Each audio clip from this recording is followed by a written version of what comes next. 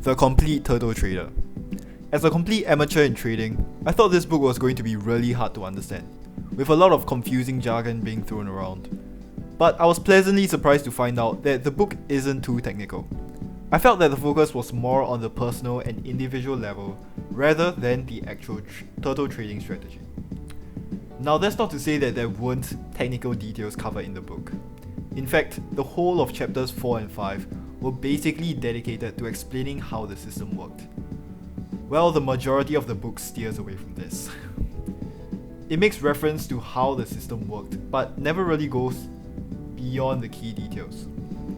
I won't cover the technical part in this video since I plan to make a separate one on it, so I'll just be discussing the mental/psychological side of the book. Whether good traders are naturally born or developed. This was pretty much the whole premise of the book, and the goal of Dennis's turtle experiment. These turtles were all randomly selected, and the results were that most, if not all, of the turtles became successful just by following Dennis's system. So nurture is the answer. End of story, right? But I think what came after the experiment is equally as valuable. Being emotionally stable and disciplined is a key lesson, and also one of the core principles in turtle trading. Trend following often involves incurring massive losses, and being able to detach from the monetary loss is a huge aspect of the system. I think Dennis really wanted to instill this into the turtles. The book shares how Dennis would allocate varying amounts of money to each turtle, and it's not like the amounts corresponded with the turtle's performance, rather how much risk they took. So for instance, Kurt Faith was down 50% at one point, was given more money than other guys like Earl Kiefer, who objectively performed better in that period. Now whether or not this was intentional or part of the experiment wasn't really answered in the book, but some turtles hinted that there was favoritism involved. Nonetheless, the book continues building on this idea of being disciplined. We got to know of where each of these turtles went, or not each, some of these turtles went after the experiment ended. How some turtles ended up being more successful than others despite being taught the same principles. So when the experiment ended, a lot of the public was interested in the turtles. They were very reserved and there was almost like a mysterious aura surrounding them. And naturally, a lot of them had their egos inflated. They started their own firms, some of them even started selling seminars to teach their ways of trading. A lot of them never really got any further in terms of success or career progression. They sort of just soaked in their fame and were content with what they had.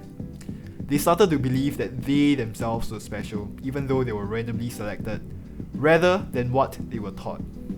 So when the system started to fail, they began taking discretionary steps to alter the system, but it never really worked out for a lot of them.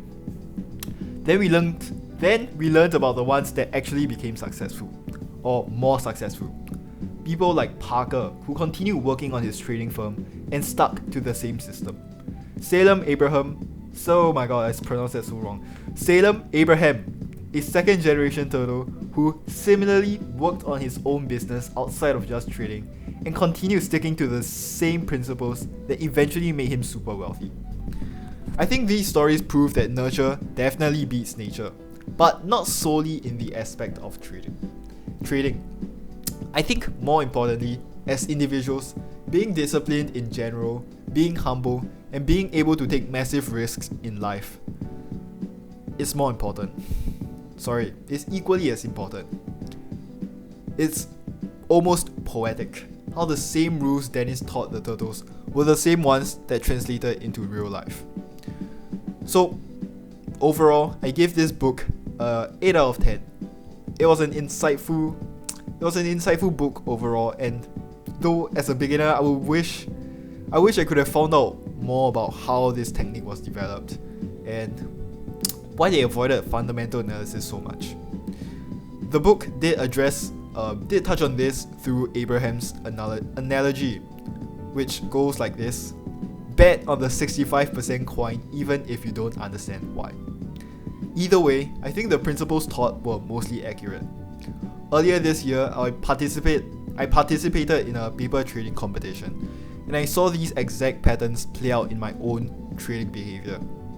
I learned about certain chart patterns and systems that I told myself I'd follow, but then I got scared or I got excited and I steered away from my initial plans.